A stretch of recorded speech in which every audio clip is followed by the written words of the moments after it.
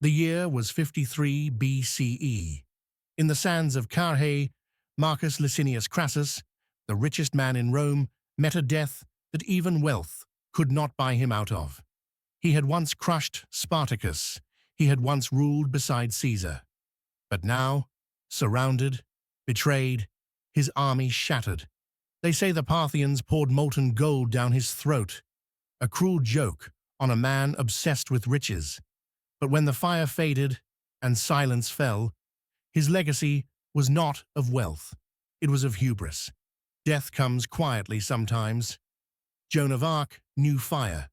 She was 19, wrapped in chains, accused by men who feared a woman who believed. They burned her, not for her crimes, but for her faith.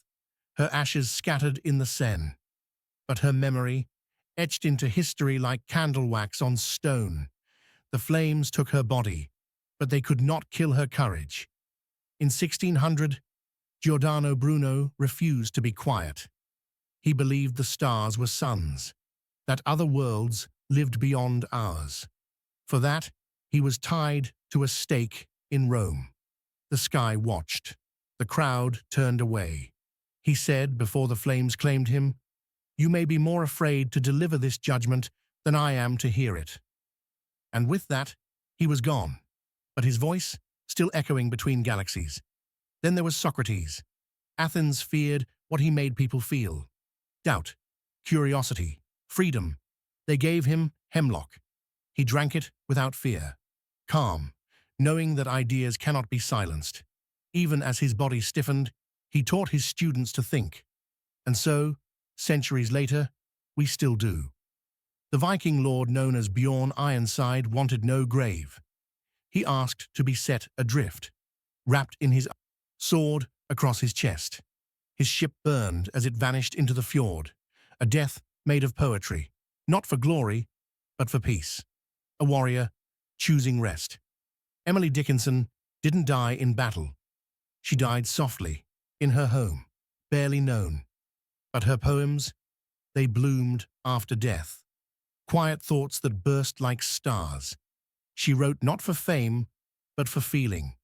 And now, her whispers are sung in 1,000 tongues. Michelangelo worked until his last days, even when his hands trembled, even when Rome crumbled. His last breath was taken beneath a ceiling he made into heaven.